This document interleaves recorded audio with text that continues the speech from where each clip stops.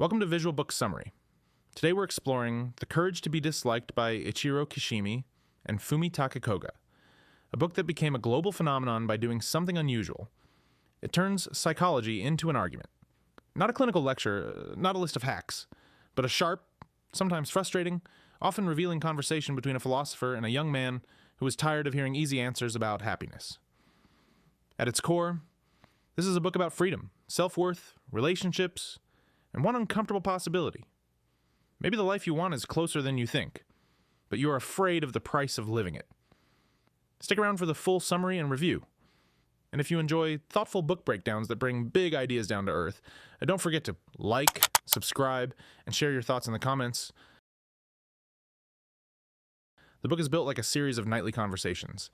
A young man visits a philosopher because he has heard that this philosopher believes people can change, that unhappiness is not fixed, and that many of the things we blame for our lives are not the real causes at all. The young man is skeptical, often combative, and sometimes almost theatrical in how strongly he pushes back. That is intentional. The book wants conflict. It wants the reader to feel resistance, because Adlerian psychology, the tradition the philosopher is defending, begins by challenging one of the most common stories people tell about themselves. I am the way I am because of what happened to me. So the first big idea in the book is this. Your past does not have to determine your future. The philosopher argues that we are not simply products of causes, we are also creatures of purpose. In other words, instead of asking only, what caused this? Adler asks, what is this behavior for? The book makes this point in a deliberately provocative way by attacking the idea of trauma as destiny.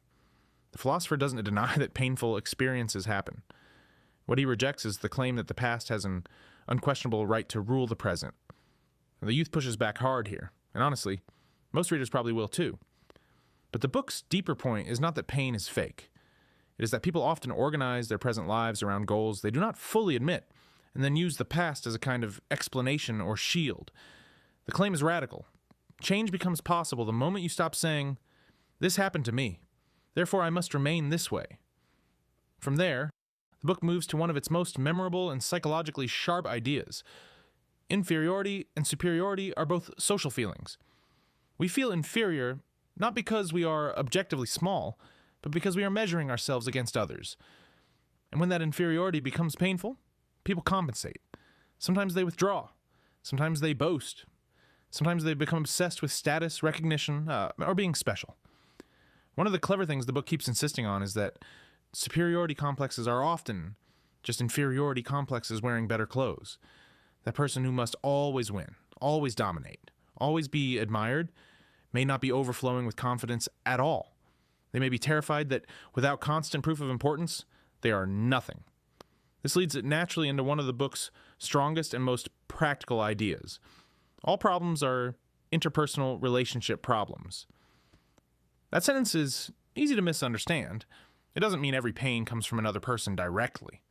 It means that shame, comparison, envy, loneliness, resentment, and the craving for validation all exist in relation to other people. We suffer not only because life is hard, but because we are always imagining how we rank, how we are seen, what place we occupy. The book is relentless on this point. If you're living for recognition, then your peace depends on other people's reactions. And that means your life is never really your own. That brings us to the book's central breakthrough, and probably the idea most people remember after reading it, the separation of tasks. This is where the philosopher becomes most concrete. He says that much of human misery comes from confusing what belongs to us with what belongs to others. Whose task is it to make a child study?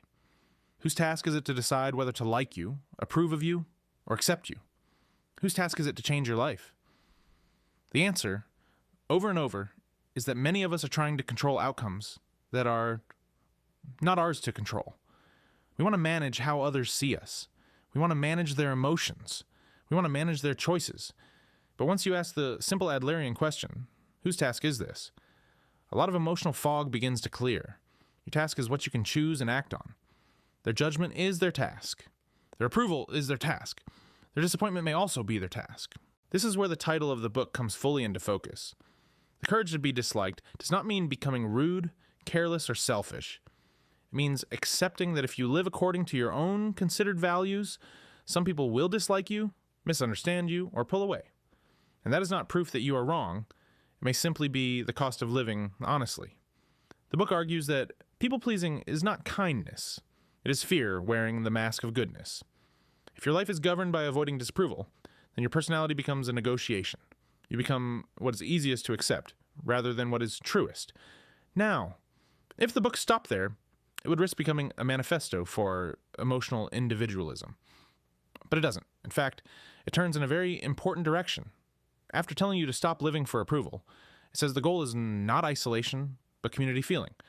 Adler's idea is that real mental health doesn't come from winning at life or proving yourself superior. It comes from feeling connected, useful, and part of something larger than yourself. That is a subtle but crucial distinction. The separation of tasks is not a recipe for detachment.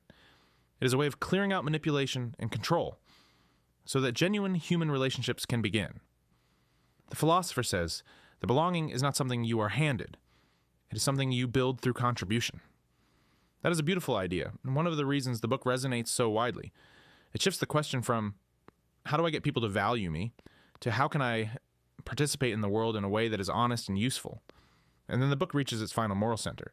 Live in the here and now. Not because the future is meaningless, but because a life spent as a staircase to somewhere else is never really lived. The philosopher uses the image of dancing. If life is a dance, then its value is not found only at the end. It is found in the act itself.